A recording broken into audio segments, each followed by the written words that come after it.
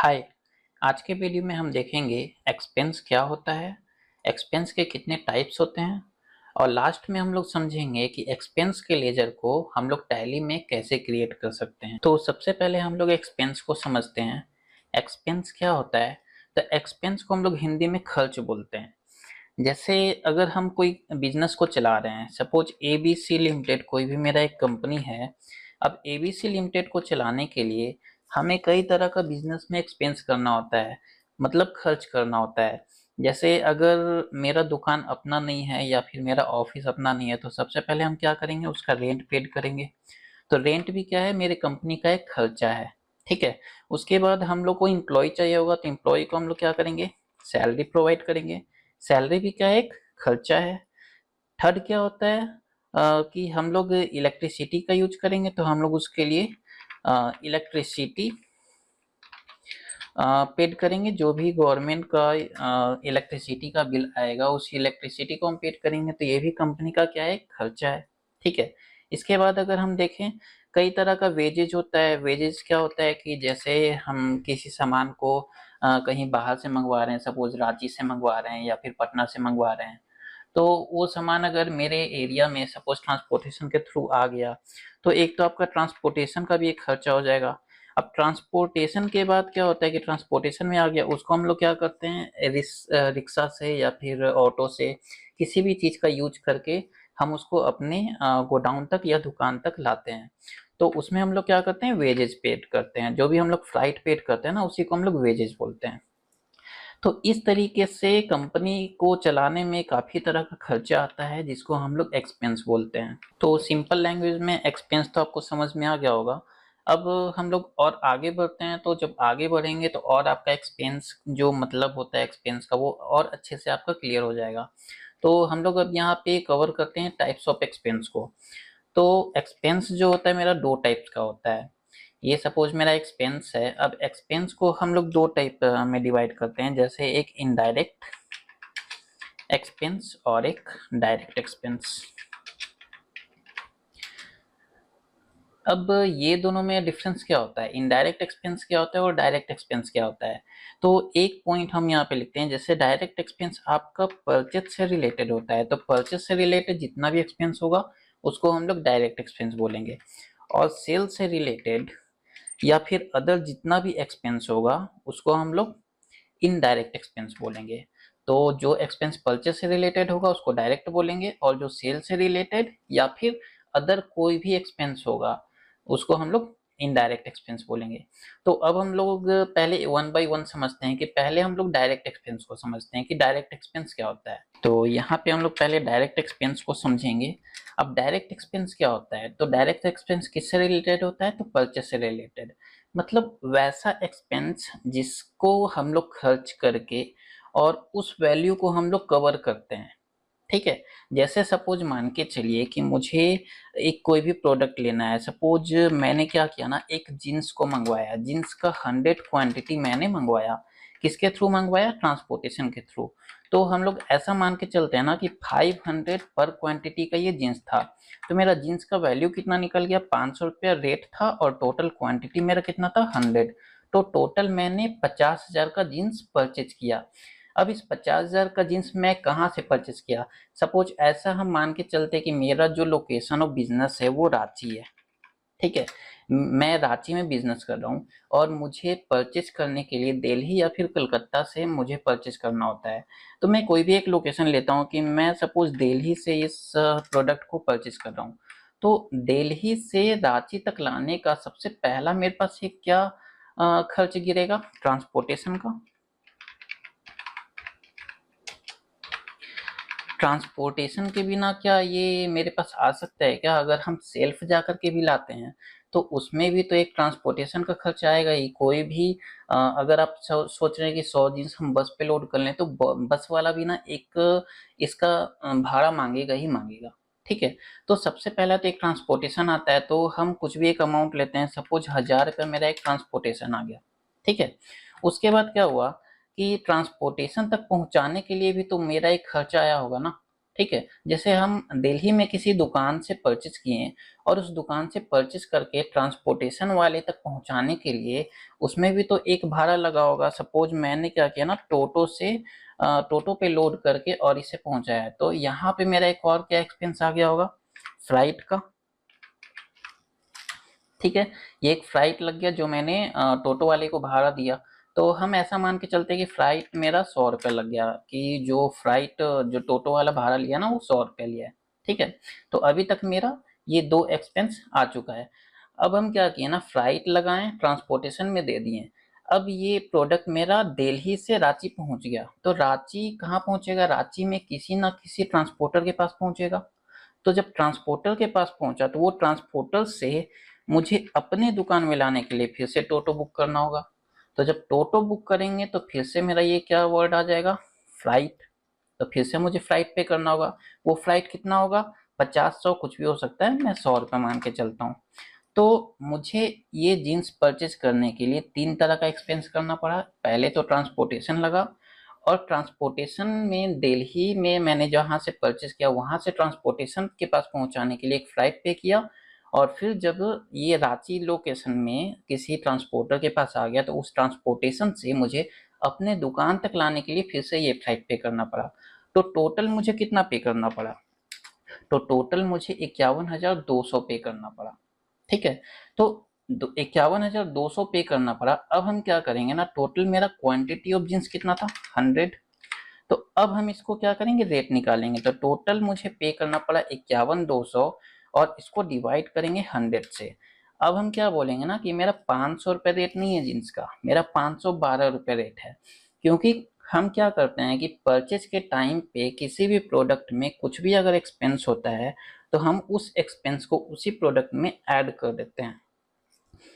तो direct expense में यही चीज होता है कि जब भी हम परचेस के टाइम पे कोई भी एक्सपेंस करते हैं तो वो सारे एक्सपेंस को प्रोडक्ट के वैल्यू में जाके ऐड कर देते हैं, जिस कारण से मेरा ये जो कॉस्ट ऑफ प्रोडक्ट होता है वो इंक्रीज कर जाता है।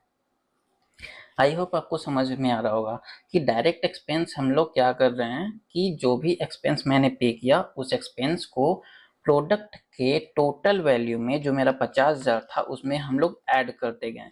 ऐड करते करते मेरा एक फाइनल अमाउंट आया 51,200। अब 51,200 को हम टोटल क्वांटिटी से जब डिवाइड करेंगे तो मेरा जो फाइनल प्राइस आएगा 512 रुपया ईच प्रोडक्ट। तो अभी तक हम लोग क्या समझे कि मुझे जो दिल्ली में प्राइस लगा था 500 रुपया पर पीस का, वो मेरा एक्चुअल प्राइस नहीं है। एक्चुअल प्राइस मेरा कौन सा है कि मुझे लाते लाते कितना खर्चा बैठ गया उसके पीछे। ठीक है, तो टोटल मेरा यहाँ पे 1,200 रुपया खर्चा बैठा है। तो 1,200 रुपया खर्चा बैठा, तो इस 1,200 को हम क्या करेंगे ना, हर पीस में डिवाइड कर देंगे। मतलब एक पीस में मेरा 12 रुपया खर्चा बैठा। तो डायरेक्ट एक्सपेंस में हम लोग यही सेम काम करते हैं कि प्रोडक्ट के वैल्यू को हम लोग बढ़ा देते हैं। क्योंकि हम किसी भी चीज को अगर 100 रुपया में सपोज खरीद रहे हैं और उसे अपने पास मंगवाने में 10 रुपये खर्चा बैठ रहा है, सपोज उसका कॉस्ट 100 रुपया था पर 10 रुपया खर्चा बैठ गया, तो हम लोग ये नहीं मानेंगे ना कि हम 100 रुपये में खरीद के लाए हैं, क्योंकि मंगाने में भी तो 10 रुपया खर्चा बैठा। अगर हम इसको इग्नोर कर दे, ये जो एक्सपेंस है इसको सपोज इग्नोर कर दे और हम बोले कि हम 110 रुपये में बेच दिए, 110 में बेच करके हम कितना प्रॉफिट कमा लिए, तो 10% का। तो क्या आप 10% प्रॉफिट कमाए हैं क्या, इसमें आप देखेंगे 110 में आप बेचें, 100 रुपये आपका कॉस्ट था, 100 रुपये खर्चा गिर गया, 110 में बेच दिए, तो आपका प्रॉफिट क्या हुआ, 0% हो गया ना। ठीक है, तो यहाँ पे हम लोग क्या करते हैं ना, परचेज के टाइम पे अगर मेरा कोई एक्सपेंस होता है तो उस एक्सपेंस को कॉस्ट में ही इंक्लूड कर देते हैं, ताकि मेरा कॉस्ट बढ़ जाए और फिर हम जो भी प्रॉफिट ऐड करना चाहें। सपोज मेरा जो बिजनेस है, हम अपने बिजनेस में 10% प्रॉफिट ऐड करते हैं, तो हम लोग 500 पे 10% ऐड नहीं करेंगे, जब बल्कि 512 पे करेंगे। तो 512 का अगर हम इंटू 10% करें तो मेरा क्या अमाउंट आएगा, 51 रुपया। तो हम क्या करेंगे, सपोज राउंड ऑफ में 50 रुपया ईच पीस, या फिर 52 रुपया, 51 रुपया, जो भी आपको प्रॉफिट रखना है वो ईच पीस करके हम सेल करेंगे। तब हम लोग बोल सकते हैं कि हाँ मेरा इतना प्रॉफिट हुआ है। ठीक है, अगर हम इसमें और एग्जांपल देखें, सपोज आप अमेजोन पे कुछ बुक किए, आपको प्राइस सस्ता दिख रहा था, आप सोच रहे हैं कि हम बुक करते हैं और फिर अपने कस्टमर को कुछ बढ़ा करके सेल कर देंगे। तो आप 500 का कोई प्रोडक्ट बुक किए, ठीक है। अब 500 का प्रोडक्ट आप जब बुक कर रहे हैं, जब आप 500 का प्रोडक्ट बुक कर रहे हैं, सपोज इस पे डिलीवरी चार्ज आपका 20 रुपीज लग गया, ठीक है। तो डिलीवरी चार्ज अगर 20 लग गया तो ये 500 का तो प्रोडक्ट अब आपका नहीं है ना, अब आपका 500 और प्लस 20 है, मतलब 520 रुपये आपका खर्चा गिरा है। तो अब अगर आप कोई भी प्रॉफिट जोड़ेंगे तो 500 पे नहीं जोड़ेंगे, 520 पे जोड़ेंगे। तो मेरा डायरेक्ट एक्सपेंस यही होता है। हम लोग डायरेक्ट एक्सपेंस कब करते हैं, जब परचेस करते हैं। तो परचेस के टाइम पे कोई भी एक्सपेंस होगा उसको हम लोग डायरेक्ट एक्सपेंस बोलेंगे। अगर इसी में हम लोग और क्लियर करें तो आप सिंपल से समझिए, सपोज आपका लोकेशन ऑफ बिजनेस रांची था, तो रांची था और दिल्ली से आप परचेज कर रहे हैं।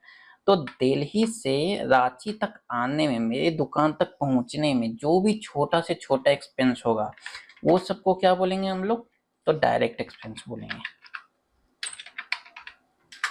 ठीक है। आई होप आप समझ गए होंगे कि डायरेक्ट एक्सपेंस क्या हो रहा है। तो अब हम लोग आगे बढ़ते हैं, इनडायरेक्ट एक्सपेंस की तरफ बढ़ते हैं। तो इनडायरेक्ट एक्सपेंस क्या होता है, तो अभी मैंने बोला कि इनडायरेक्ट एक्सपेंस जितना भी हम लोग सेल से रिलेटेड एक्सपेंस होता है या फिर अदर एक्सपेंस, जो भी एक्सपेंस होता है वो सारा इनडायरेक्ट एक्सपेंस होता है।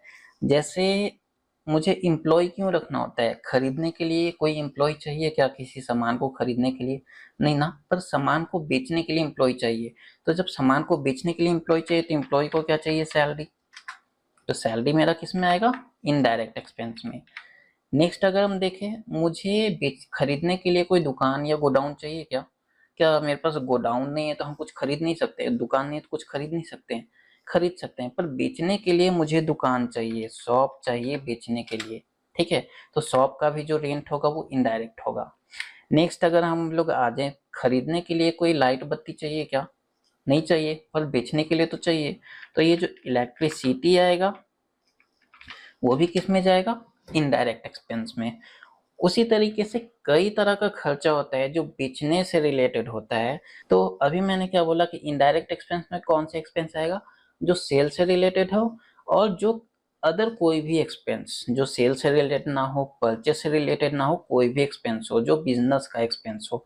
तो डायरेक्ट एक्सपेंस और इनडायरेक्ट एक्सपेंस में बस यही डिफरेंस है। इसमें अगर हम और कोई एग्जांपल लें, अगर मेरे पास कोई गोडाउन है तो गोडाउन का भी अगर हम रेंट देते हैं ना, तो गोडाउन का भी रेंट किस में आएगा, इनडायरेक्ट एक्सपेंस में आएगा, ठीक है। तो इसी तरीके से जितना भी एक्सपेंस होता है उसको हम दो पार्ट में डिवाइड करते हैं, एक डायरेक्ट एक्सपेंस और एक इनडायरेक्ट एक्सपेंस। तो आप लोग समझ चुके होंगे कि अब डायरेक्ट एक्सपेंस क्या होता है और इनडायरेक्ट एक्सपेंस क्या होता है। परचेस के टाइम पे जो भी एक्सपेंस होगा, ट्रांसपोर्टेशन, फ्लाइट, लोडिंग, अनलोडिंग, जितना तरह का भी एक्सपेंस होगा, जो एक लोकेशन से मेरे लोकेशन तक आने तक जो भी एक्सपेंस होगा वो सारा डायरेक्ट एक्सपेंस होगा। पर मेरे लोकेशन में आने के बाद, जैसे अगर ये जीन्स है, ये जीन्स सपोज मेरे दुकान में पहुंच गया, अब इसको बेचने के लिए हम सैलरी दे रहे हैं, शॉप का रेंट दे रहे हैं, लाइट बत्ती का एक्सपेंस कर रहे हैं, या गोडाउन में रखने के लिए रेंट दे रहे हैं, या फिर सपोज हम कस्टमर को ना चाय के लिए पूछ ले रहे हैं, कस्टमर को हम टी पिला रहे हैं या कुछ भी कर रहे हैं, तो वो सारा मेरा इनडायरेक्ट एक्सपेंस में आएगा। आई होप आपका क्लियर हो गया। तो अब हम लोग टैली में जाएंगे और देखेंगे कि ये सबका लेजर कैसे क्रिएट कर सकते हैं। तो हम लोग यहाँ से टैली ओपन करते हैं।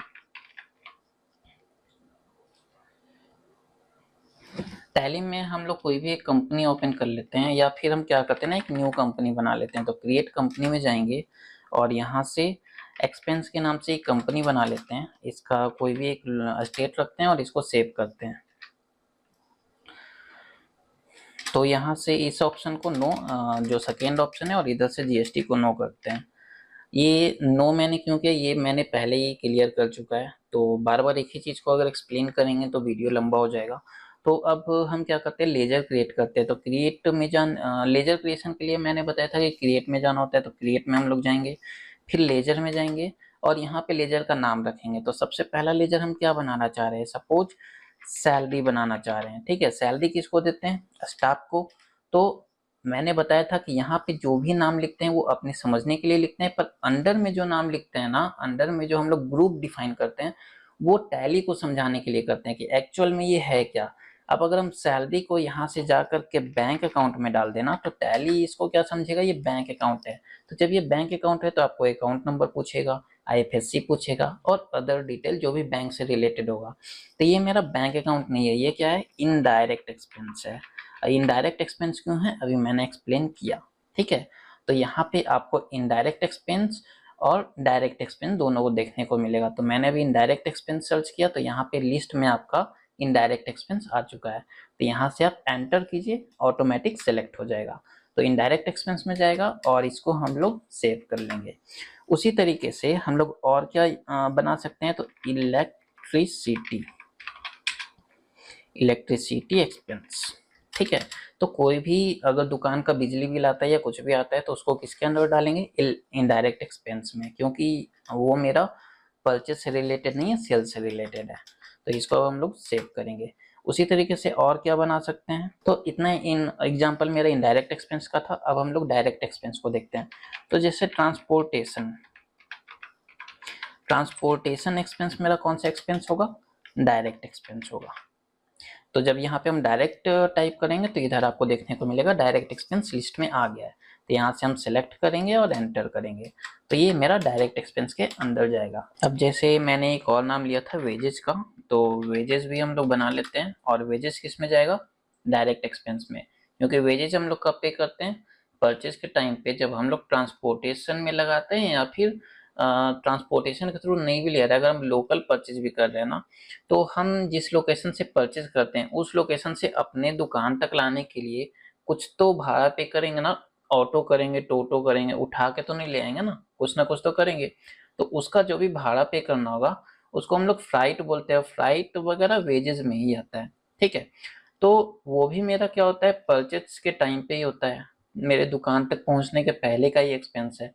तो वेजेस को भी हम लोग क्या करेंगे, डायरेक्ट एक्सपेंस में बनाएंगे और डायरेक्ट एक्सपेंस में डाल करके सेव करेंगे, ठीक है। तो मैंने आज 3 तरह का टॉपिक कवर किया है। एक एक्सपेंस क्या होता है, टाइप ऑफ एक्सपेंस क्या होता है, और लेजर कैसे बनाएंगे एक्सपेंस का। तो आई होप आपको ये सारा क्लियर हो गया। नेक्स्ट में हम लोग इनकम को कवर करेंगे इसी तरीके से कि इनकम क्या होता है और इनकम का कितना टाइप्स होता है, और हम लोग इनकम का कैसे कैसे लेजर बना सकते हैं, ठीक है। तो आज के लिए इतना ही। Thank you for watching.